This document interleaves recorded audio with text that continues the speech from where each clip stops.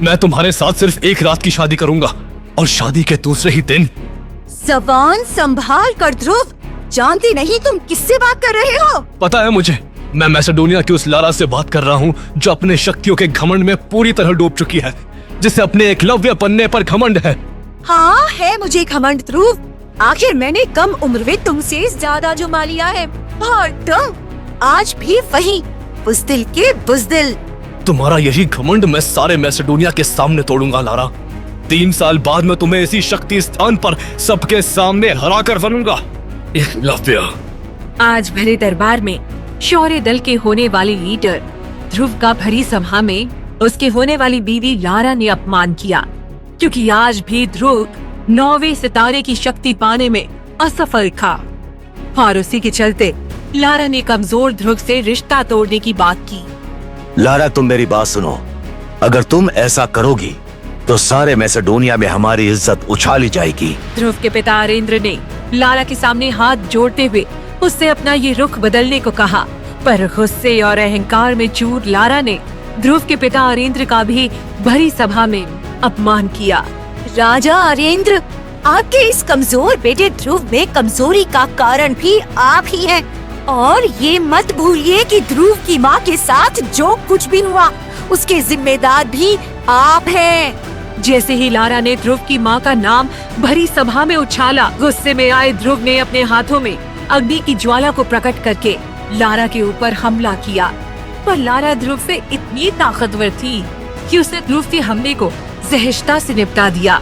वो देख सारा दरबार फिर से ध्रुव पर हंसने लगा। तो ये लड़का कमजोर ही रहेगा, लगता है इसके साथ भी वही होगा जो इसकी माँ के साथ हुआ था।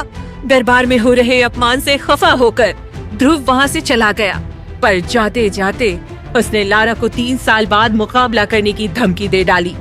लेकिन सबको पता था जो ध्रुव इतने सालों में कुछ नहीं कर पाया, वो 3 साल में क्या करेगा। माँ, कहाँ हो माँ? मुझे तुम्हारी जरूरत है माँ। ध्रुव मैसेडोनिया के उस शमशान में आकर खड़ा था जहाँ उसकी माँ को दफनाया गया था। उस शमशान में बिना इजाजत जाना खतरे से खाली नहीं था, क्योंकि मैसेडोनिया के लोगों का कहना था कि वहाँ काले प्रेतों का निवास है। शमशान में हुए कई हादसे काफी डरावने थे, पर ध्रुव आज खुद को रोक नहीं पाया था और दरबार में हुए अपमान को याद कर वो अपनी माँ की कब्र पर जाकर रोने लगा। माँ, मुझे इतना कमजोर बनाना था तो मुझे जन्म ही क्यों दिया? क्यों पैदा होते ही मुझे मार नहीं दिया? क्यों माँ, क्यों? उनके लिए एकलव्य बनना बहुत ही जरूरी था, क्योंकि इस बात से उसके पिता और शौर्य दल का सम्मान जुड़ा था और अब तो उसके साथ के बच्चे भी काफी शक्तिशाली बन चुके थे। माँ, जवाब दो माँ। ध्रुव जैसे जैसे माँ को पुकारता गया, वैसे वैसे उसकी उंगलियों में पहनी अंगूठी ने अपना रंग बदलना शुरू कर दिया। वो अंगूठी ध्रुव की माँ की आखिरी निशानी थी। इतना ही नहीं, अब शमशान का माहौल बदलने लगा था। बिजलियों ने अपना रौद्र रूप धारण कर लिया था। ध्रुव की माँ की कब्र से धुआं निकलने लगा था। कई कब्रों से हंसने की आवाजें भी आने लगी थी, मानो वो ध्रुव को कमजोर कहकर पुकार रही हो। शमशान का माहौल देख ध्रुव की सांसें तेज होने लगी और तभी उसका ध्यान अपनी अंगूठी पर गया और जैसे ही ध्रुव ने अंगूठी को छुआ, वैसे ही शमशान में बने बरगद के पेड़ पर एक आत्मा हवा में उड़ती हुई दिखी। वो आत्मा एक बूढ़े इंसान की थी। लाल नीली आंखें, लंबे बाल, सफेद कफन जैसे कपड़े। ध्रुव सामने का नजारा देख बुरी तरह डर गया। मेरे नजदीक मत आना, मैं तुम्हें मार दूंगा। ध्रुव ने डर के मारे कई शक्तियों का हमला उस आत्मा पर किया, पर सब हमले कमजोर पड़ गए।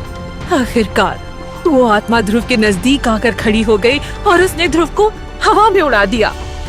छोड़ो मुझे, मैं कहता हूँ छोड़ो। ध्रुव चिल्लाता रहा, पर वो आत्मा हंसती रही। तभी ध्रुव की नजर उस आत्मा के गले में लटके तावीज पर गई। ये तावीज तो सबसे शक्तिशाली योद्धा की निशानी है। ये तुम्हारे पास कैसे आई? उस आत्मा ने हंसते हुए ध्रुव से कहा, ये तावीज तुम्हारी माँ की वजह से ही मेरे पास आया। क्या तुम मेरी माँ को जानते थे? क्या हुआ था उनके साथ, मुझे बताओ। माँ का नाम सुनते ही ध्रुव शांत हो गया। तभी उस आत्मा ने अपना परिचय देते हुए कहा, मेरा नाम विदुर है और मैं कई वर्षों से तुम्हारी इस अंगूठी में रह रहा था और तुम्हारी माँ की मृत्यु का कारण मैं जानता हूँ, और ये भी जानता हूँ कि तुम्हें एकलव्य बनकर कुमारी होने वाली बेबी लारा के साथ मुकाबला करना है। अगर तुम चाहो तो मैं तुम्हें दुनिया का सबसे शक्तिशाली योद्धा बना सकता। ये बात सुनते ही ध्रुव ने बिना देरी किए विदुर को हाँ कह दिया। पर उसके लिए तुम्हें मेरी 3 शर्तों का पालन करना होगा। ध्रुव ने फिर से बिना देरी किए विदुर को वादा कर दिया।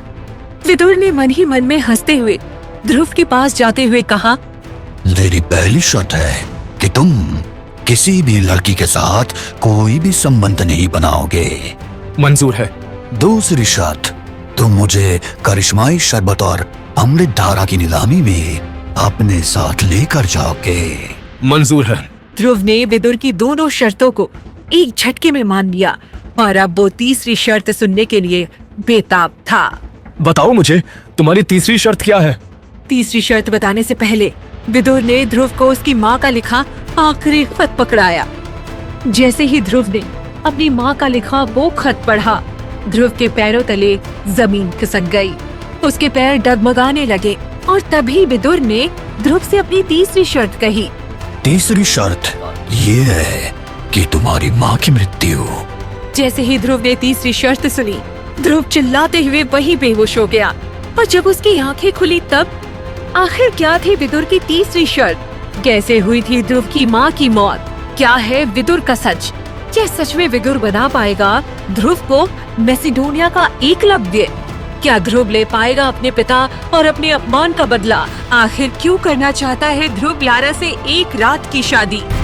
अगला एपिसोड देखने के लिए डिस्क्रिप्शन में दी गई लिंक पर क्लिक करें और देखिए सुपर योद्धा की पूरी कहानी।